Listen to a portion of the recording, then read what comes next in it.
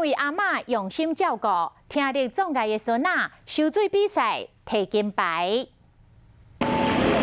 13岁董洁连续3年摕到高雄市国小查甫组50-100公尺自由式的冠军，但是伊的训练和一般的选手无共款。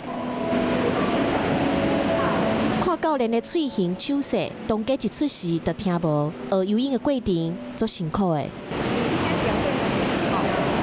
更较辛苦的是，一直陪伫身躯边的阿嬷。采访即天落大雨，65岁阿嬷骑机车载乖孙，伊讲透风落雨拢爱去。面对面的沟通。等去出里，阿嬷陪伊做功课，除了游泳，董洁嘛阁有音乐的天分。董洁一出世，爸爸就过身，妈妈嘛离开，和阿嬷相依相偎过日子。常常有人问阿嬷：啊，你遮忝，敢有价值？